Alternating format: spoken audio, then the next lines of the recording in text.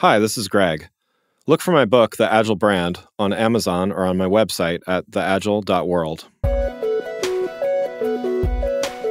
Welcome back to The Agile World. This is Greg Kihlstrom.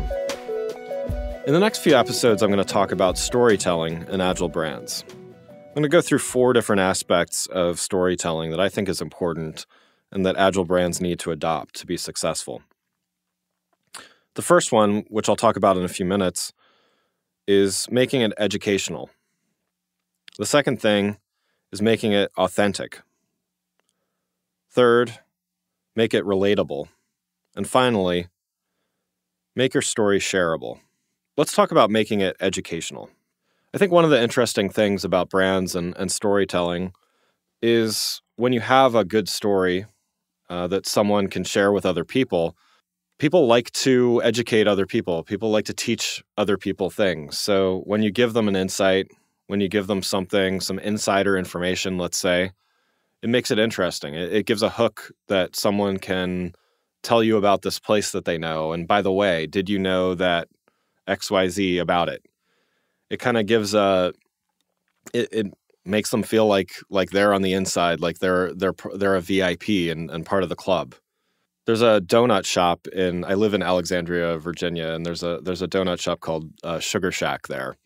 And, they make great donuts, but they have this speakeasy. It's called Captain Gregory's, so great name, obviously. But I will say the place doesn't have great drinks or great food necessarily, but I like that I know about it. It's not widely advertised. There's a secret, quote unquote, way that you kind of get in there and make reservations and all of those kinds of things. But I tell people about it, even though I don't necessarily love the food or drinks there. I tell people about it because I know the story.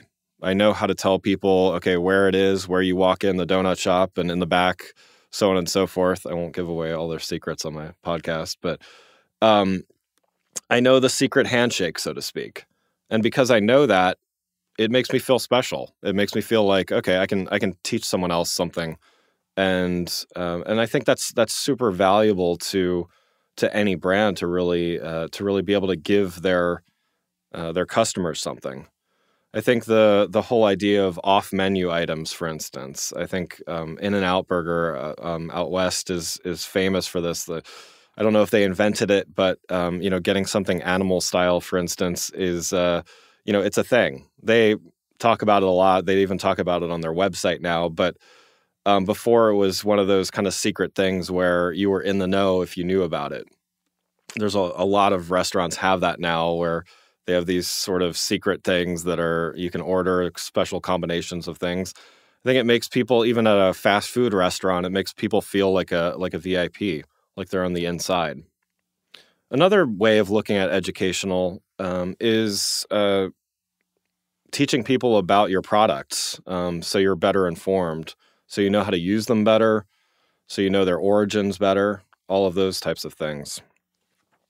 In my book, The Agile Brand, I use an example, which is Italy. It's a market/restaurant chain that started in Italy and was brought to the U.S. Several years ago, in about 2012. And I think, one of the interesting things that sets it apart, there's certainly plenty of Italian restaurants in New York, Boston, and Chicago.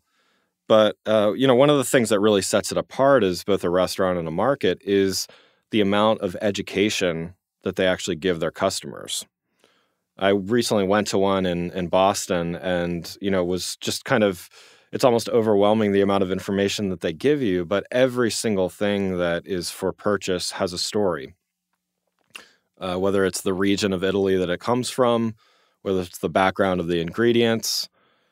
I ate at one of the restaurants inside the store, and with every single thing that me and the person that I was with ordered, there was a story behind it. Even the beer that I ordered, there was a story of where it came from, what it was like, what it might compare to. The staff was very well educated. They didn't just take your order or didn't just sell you a bag of pasta. They knew everything about all their products, and they were quick to educate you on it. And I think this speaks to that point earlier where, okay, not only did I feel educated, but I was much more likely to share that with other people. When I'm more educated about something, I'm much more likely to share that with other people, to get them excited about it. And then we all feel part of that VIP circle. There might be smaller ways and smaller methods of doing this in your own business, but I think giving people a story that they can share with others, a little bit of background, something unique, it should be related to what you do. It should be related to your overall mission and values and things like that. But sometimes even a silly element or something like that can go a long way in helping people really relate to you and want to share things about your brand. In the next episode, I'm going to talk about storytelling and making it authentic. Thanks for listening. Have a great week.